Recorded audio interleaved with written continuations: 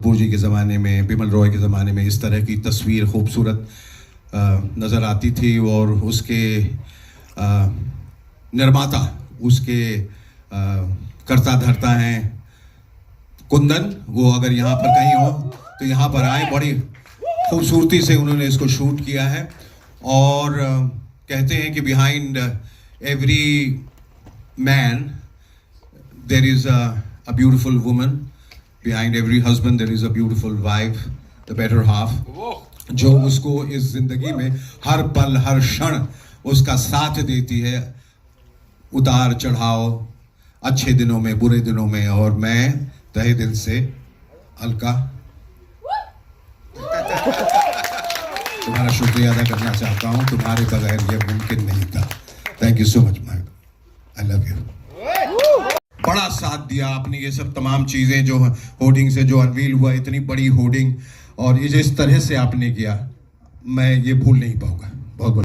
और उसके लिए मैं पहली बार ऑडियंस को ये बताना चाहती हूँ, मुझे अच्छे से याद है, आपकी मैं दिल की बात करना चाह रही हूँ कि आपने, जब हम परवीन बॉबी के घर गए थे इंटरव्यू करने और आपको लगा कि वो बहुत पागलों, मतलब कुछ अलग सी बात कर रही थी, सिजोफ्रेनिक थी, तो आपने क्या कहा कि पूरा इंटरव्यू किया और आपने कहा मेरी ये औकात नहीं है कि इतनी अच्छी एक्ट्रेस का मैं मजाक उड़ाऊं, तो आपने वो सोनी से रुकवा दिया और उसका सारा खर्च आपने वहन किया था।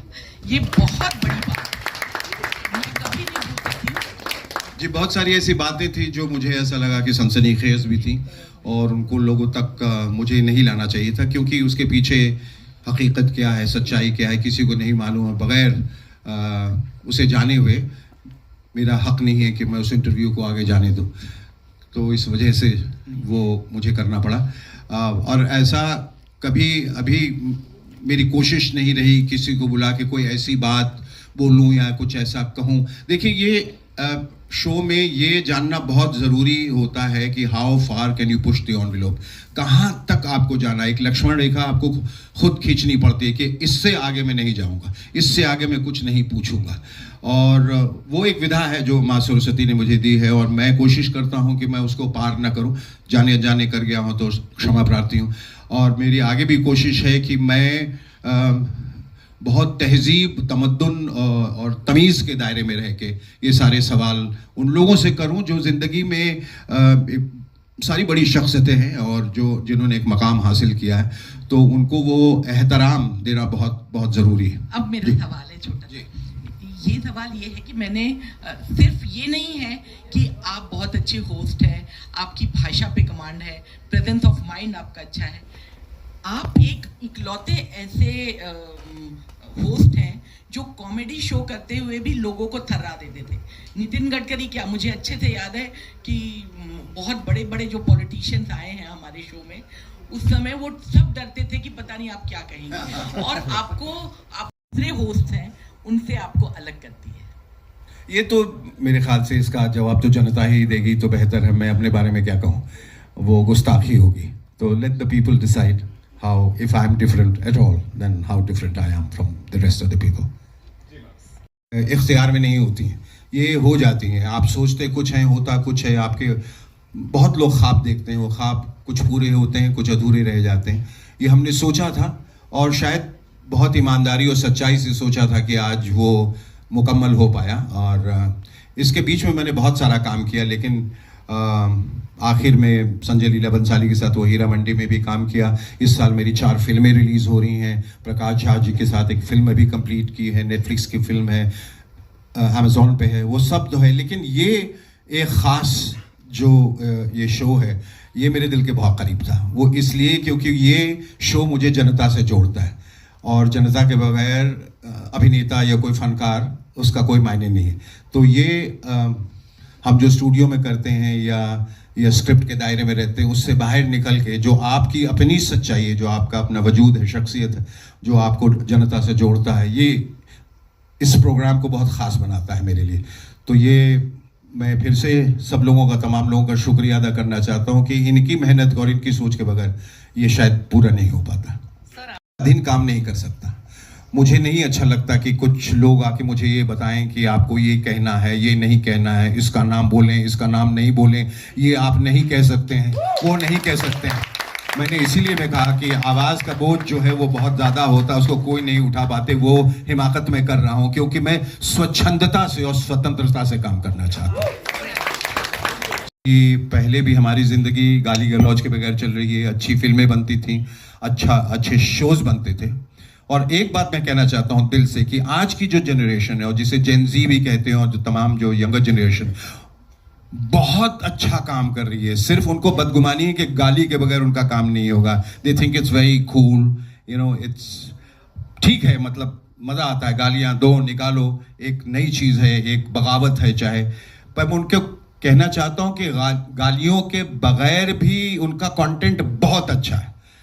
तो अगर वो गालियों के बैसाखियों पे चलने की कोशिश ना करें, वो कोशिश करें कि जो हमारी सभ्यता है उसके दायरे में रहे, कि जो ज़बान जो हम लोगों को एक विरासत में मिली है, जो तहजीब, वो उसके दायरे में रह के वो काम करेंगे तो बहुत अच्छा काम कर रहे हैं।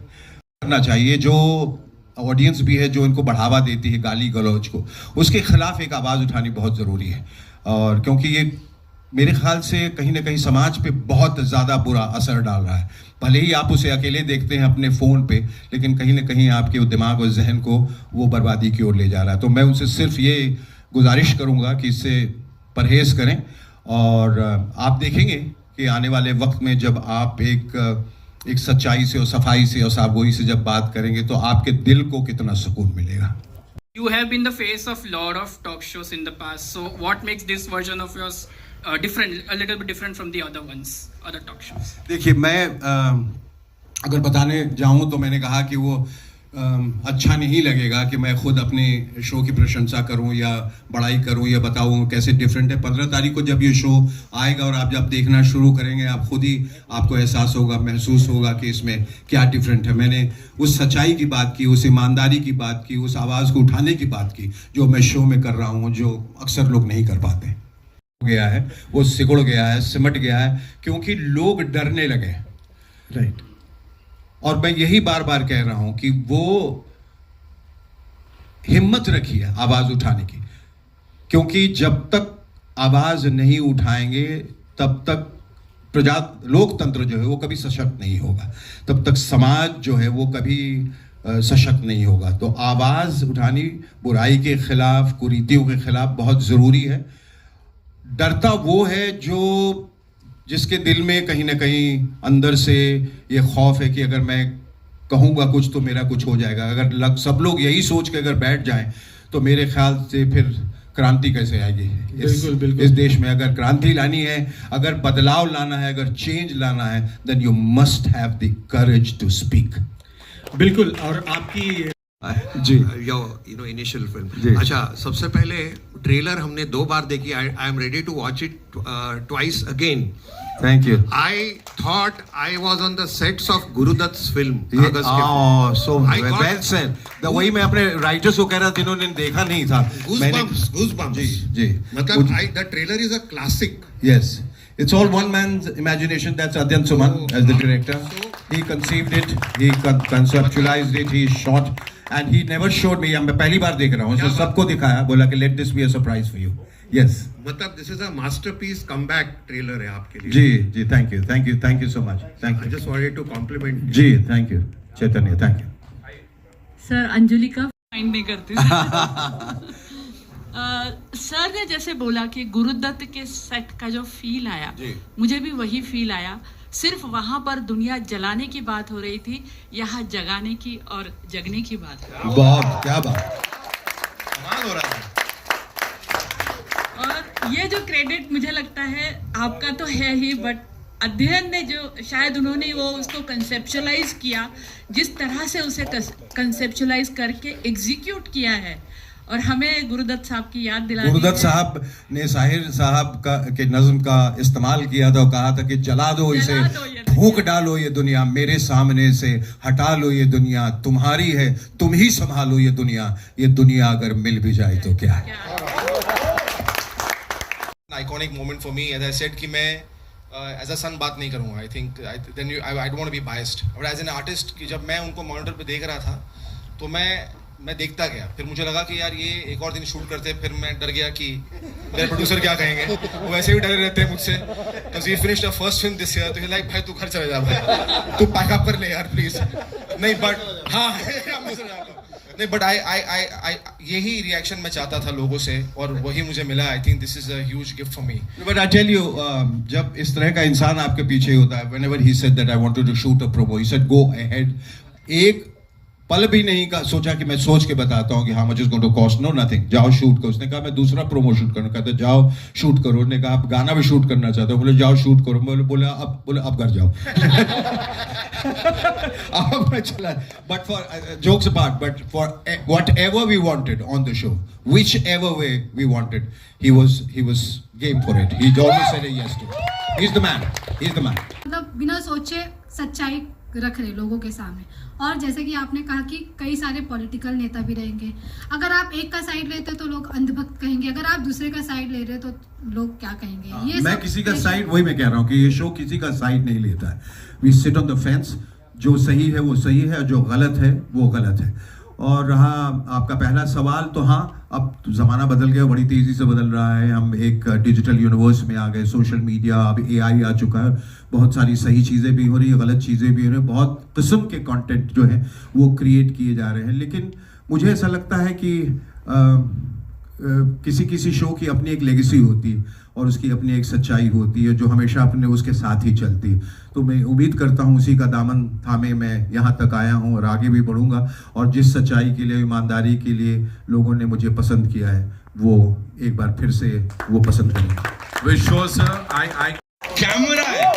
It's like we have to say, it's like दुनिया को बचाने, पाप को मिटाने, वो वापस आ रहा है. Give it up for the OG, ladies and gentlemen. Shekhar Suman, he's back with Shekhar tonight. So मैं चाहूँगा प्लीज आप मंच की ओर आइए. Please give it up for him, ladies and gentlemen.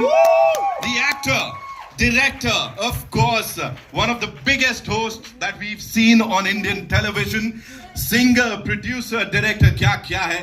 Give it up for the OG Shekhar Suman. Thank you so much. Thank you all of you. That was fabulous. It's a momentous moment. It's a great moment for me. Of all the times, this is the moment when I'm completely overwhelmed, and as my friend was saying, that we're all gobsmacked, and the voice may be back, but I think at this moment I have lost my voice. I'm completely overwhelmed by the reception, the way Dhyan has presented me. It's added a whole new dimension to my life, and I'm looking at it very differently at myself. But thank you so much. There's so many people to thank. I'm just at a complete loss of words. बहुत सारी बातें कहना चाहता हूँ, और मैं इतने सालों से हर जगह, चाहे वो फिल्में हों, नाटक हों, सीरियल्स हों, कहीं भी इतनी सारी बातें की हैं कि आज मैं इस पल का एहसास खामोशी से करना चाहता हूँ. और जैसा कि हम उस वक्त भी कह रहे थे कि ये 14 साल का वनवास जो रहा वो काफ़ी लंबा था, और ये कि जब जो होना है, when at a given period of time things would happen only then if it's inevitable. और 14 साल के बाद मेरे अंदर का राम मुझे अपने अयोध्या वापस लेके आया. तो मुझे यकीन है कि जिस तरह से जनता ने उनका आवभगत किया था, मुझे पूरा विश्वास है कि इतना ही प्यार मुझे ही मिलेगा उस काम के लिए जो दरअसल जनता की आवाज़ है. मैंने हमेशा जनता की आवाज़ उठाई है, जनता का प्रतिनिधि बनकर, और ये शो मेरे लिए बहुत ही ख़ास रहा. और इसलिए कि कहते हैं कि, और हमारे एक राइटर ने ही कहा ये, और मुझे लाइन बताई थी कि आप ये ज़रूर कहीं बोलिएगा कि ज़िंदगी में अगर सबसे ज़्यादा बोझ किसी चीज़ का होता है तो परिवार का नहीं, जिम्मेदारियों का नहीं, वो आवाज़ का बोझ होता है, क्योंकि बहुत कम लोग उसे उठा पाते हैं.